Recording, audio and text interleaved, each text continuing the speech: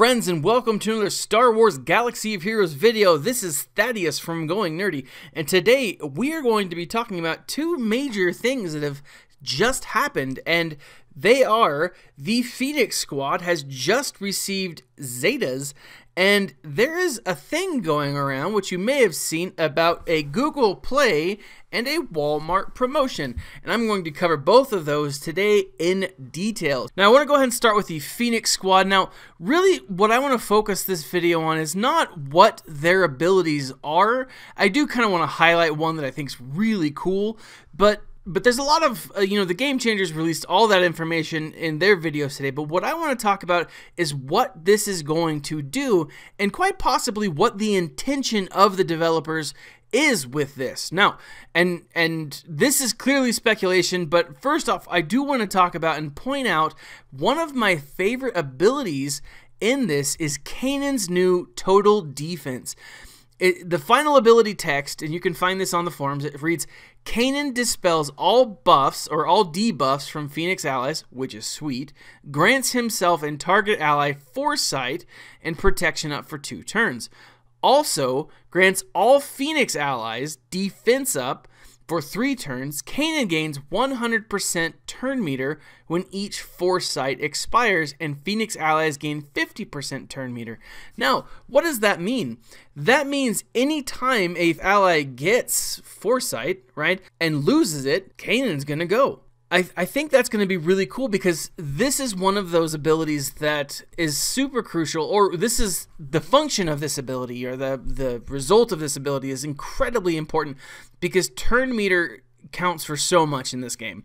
And if you can make your players go faster and make theirs go slower, then all of a sudden you have an edge, right? Kanan is a very effective player. He's not the best, but he's pretty solid.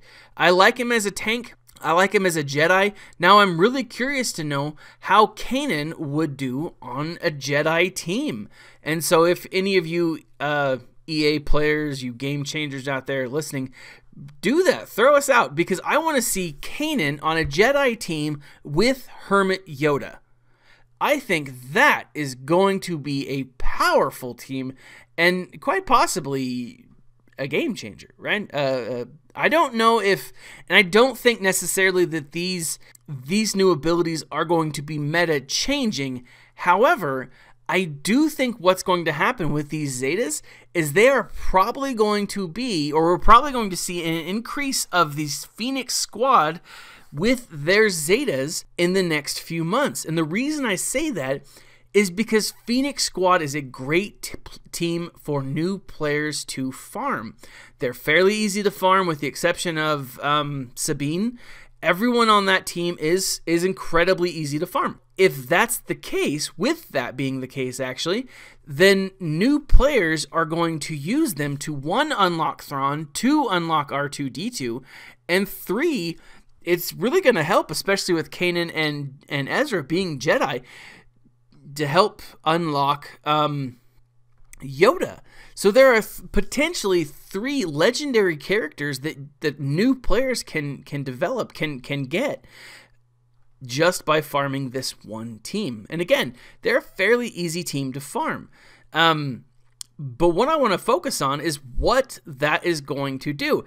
If people are going to be throwing more and more Zetas, or even 1 or 2 Zetas on these tunes, then what we could potentially see is a meta change. Not necessarily in the sense that the top players are going to have the meta, but more and more characters are, more and more players are going to be using this team and these factions, because one of the things that it talks about with these new Zetas, and one of the things that I really like what the forums are doing, it gives you some strategies, it gives you synergies and all that other jazz, but it gives you an idea. It says where to use, and it says with this new Zeta upgrade, the Phoenix faction competes with some of the best team on the tank phases of the heroic AAT, right? The heroic tank.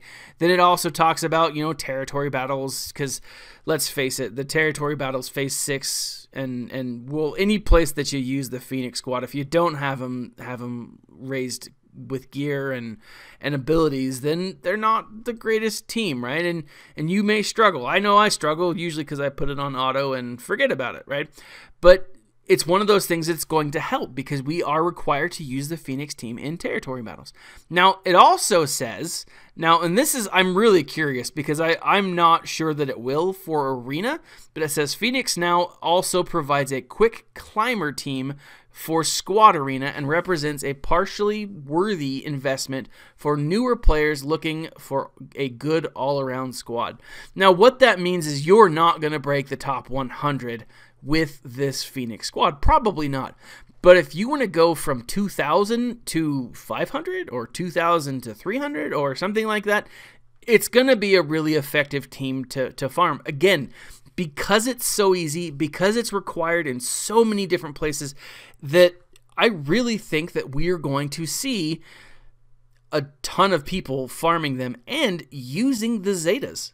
I think that we are going to start seeing more and more Zetas put on these characters than some of the other characters that may, Pow or Poe or whatever his name is, and, original, OG Chewbacca. We probably won't see OG Chewbacca get a hardcore Zeta bump, or a bump in his usage. People still won't use him. What I also think that this is going to do, however, is it could potentially make the Thrawn event a little harder. Now, that being said, the Thrawn event originally was pretty difficult, right? For if you didn't have your Phoenix squad maxed out, or if you didn't have them to all of them at least gear level 8 with 1 or 2 maybe at gear level 9 and just super amazing mods, it was pretty hard to beat that 7th tier. I had my team at gear level, I think they were all at 8 with the exception of maybe 1, and I put my best mods on that team. I rearranged some stuff, but I really struggled and I didn't get Thrawn at 7-star, which was infuriating because I spent so much time, doing that, playing that and trying to get him up, but didn't get the Thrawn at 7-star. Now, we've seen in the past where they've reworked events to make it a little more challenging.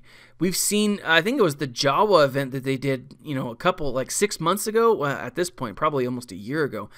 They reworked it and made it harder each subsequent time. We have seen it with the Ewoks, that now the Ewoks are a little more potent, and if you don't have a good Ewok squad or a good Empire squad, then the Ewok team or the Ewok challenge is really hard, right? You have to be paying attention and you have to have the RNG with you, or else you are not going to defeat each tier. So we could see that with this change, that Thrawn or the Thrawn event gets a bump. Now, for those of you who are saying they're worried that, the forums had talked about, a team rises from the ashes to defeat an old foe, that clearly references the Phoenix squad. That clearly references Thrawn. But if you look at the agenda for the month of October, we don't have a Thrawn event scheduled. This is just further indication that they're going to spring it on us. So if you are not farming your Phoenix team, if you need to farm your Phoenix team and you don't have one, or if you're not farming it, stop and farm, especially if you want Thrawn. I mean, it's as simple as that. And kind of a side note, I'm a collector. Some people love to do the arena. Some people like Galactic War. Some people like the ship battles. I mean, I enjoy all of those aspects of the game. But to me, I like building out my roster. And I've always built out my roster. I'm currently working on Mob Enforcer and the 2 really crappy Night Sisters. Now, also be prepared for Night Sister rework probably in the next few weeks. Quite possibly also a Separatist rework. I could see both of those, seeing as how you need the Night Sisters, or you'll probably need the Night Sisters. We may get a new tune, we may not. I don't know. I have no insight on that. I'm just totally speculating here.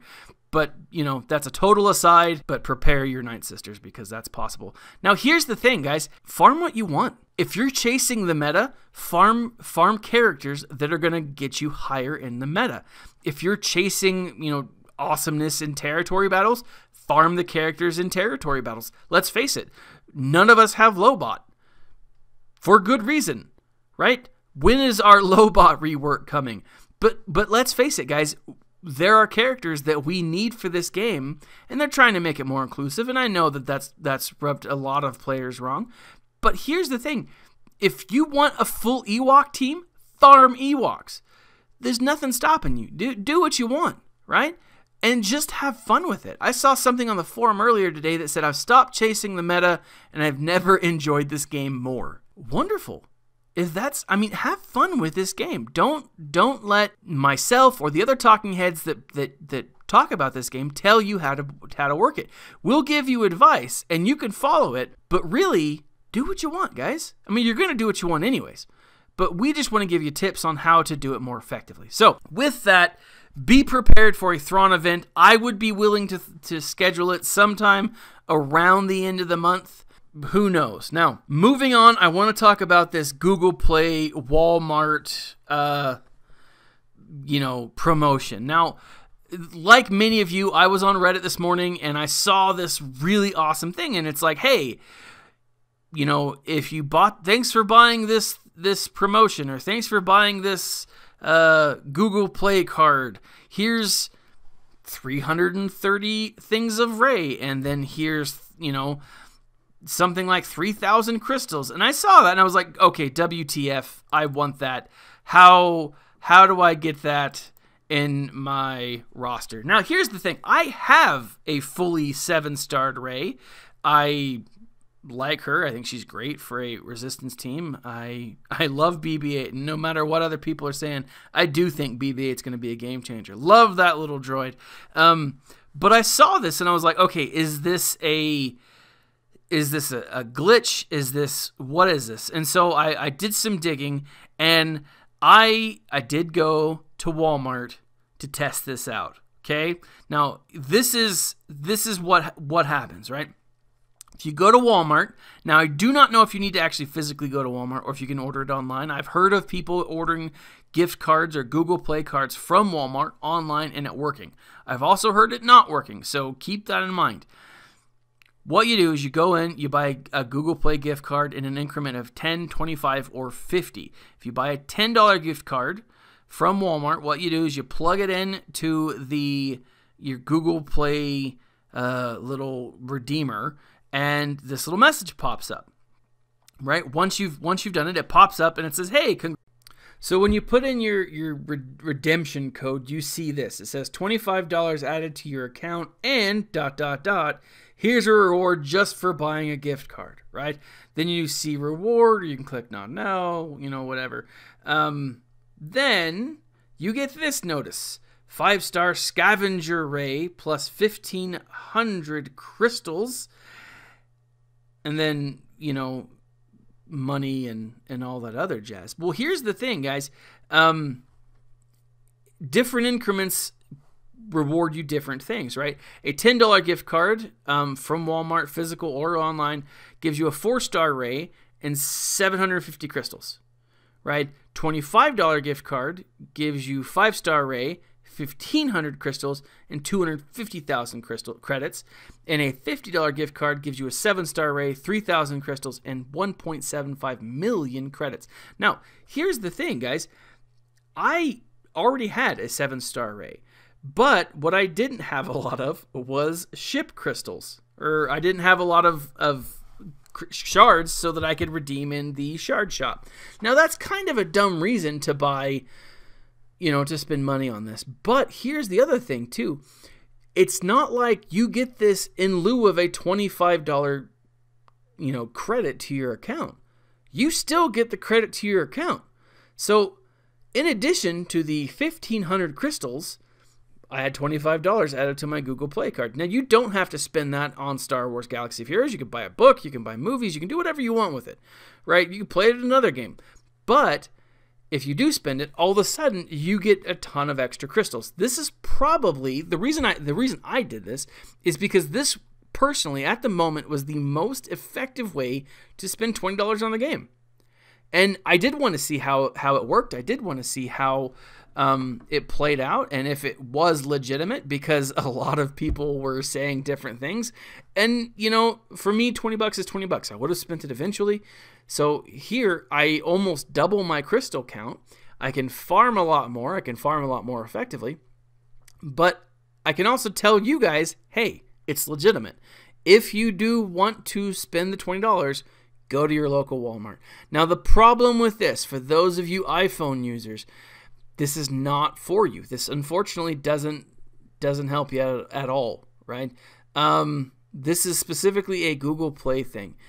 I would like to know if there is an iPhone user out there who has tried this, if it worked, but I'm confident that it doesn't.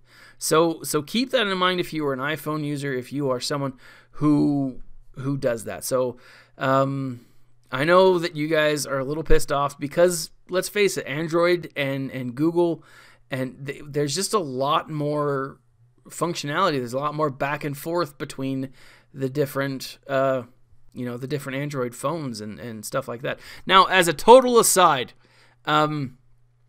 different brands of phone also have different bonuses sometimes. I remember when I played about a year and a half ago, my phone had died and I didn't have my charger, and I was trying to get my daily rewards. And so I downloaded the game on my wife's phone, logged into her phone, and ended up getting like a ton of extra bonuses because I think it was like Samsung had a deal, but I used Android. I used an Android phone, and now I had an LG phone or something like that. But like the concept is, if you have multiple phones at your disposal, download the game and see if there's rewards for having the game on that phone. It's an option. I don't know if it's going to work, but it worked for me like a year and a half ago or a year ago. So keep that in mind and let me know if it works for you. I'd be curious to know. So, but with that, guys, I do want to say this one last thing about Rey. Is it seems like they made a pretty big deal out of calling her Scavenger Rey, right? Now, from everything that I've noticed, she's, it says The Force Awakens. Why would they differentiate her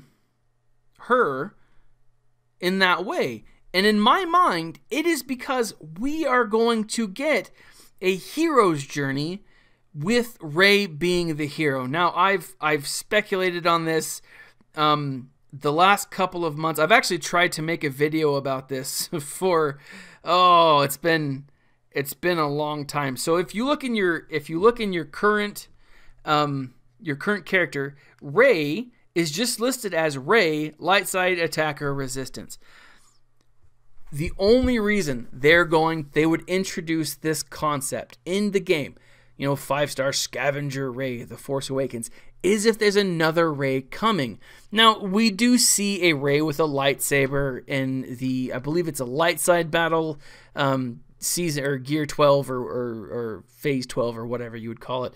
But I honestly think, guys, we are getting a heroic or hero's journey with Rey sometime in the next 2 or 3 months.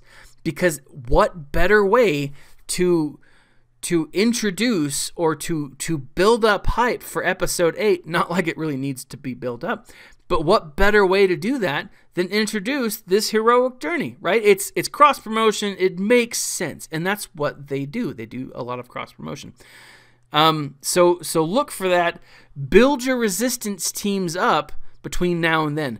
If you can farm the Smuggler Han and Smuggler Chewie, I would do that just because it's possible that we're going to need them for this. Now, what I could see happening is them launching the heroic battle or the hero's journey with Rey, with new Rey, or to unlock new Rey, sometime around the time that Smuggler Han and Smuggler Chewie go into the farmable areas, right? So that is about 3 months away, which would then put us around the time of the movie.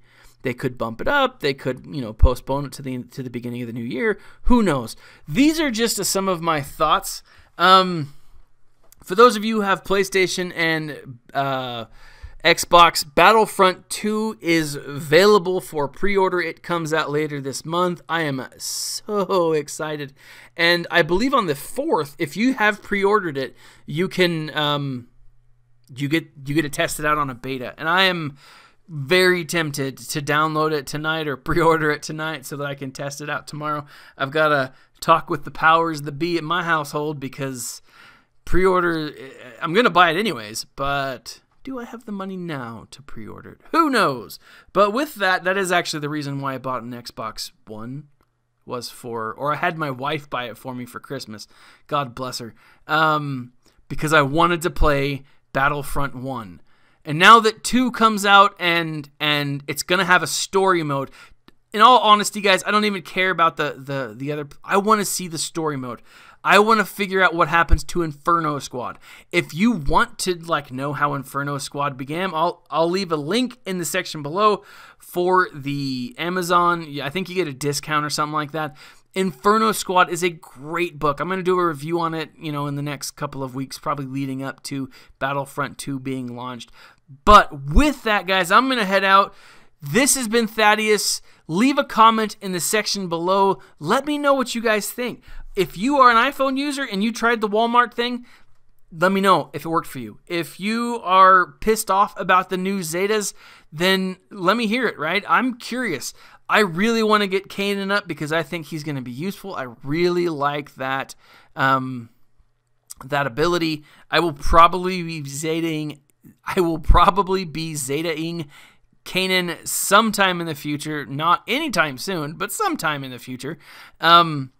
What do you think about the new Zetas? Leave a comment in the section below. Also, do you think we are going to get a Thrawn event? The answer should be yes, because I think we're getting one sometime this month. Be looking for that, so get your Phoenix Squad up. Subscribe, like, share this video. This has been Thaddeus from Going Nerdy, and as always, my friends, stay nerdy.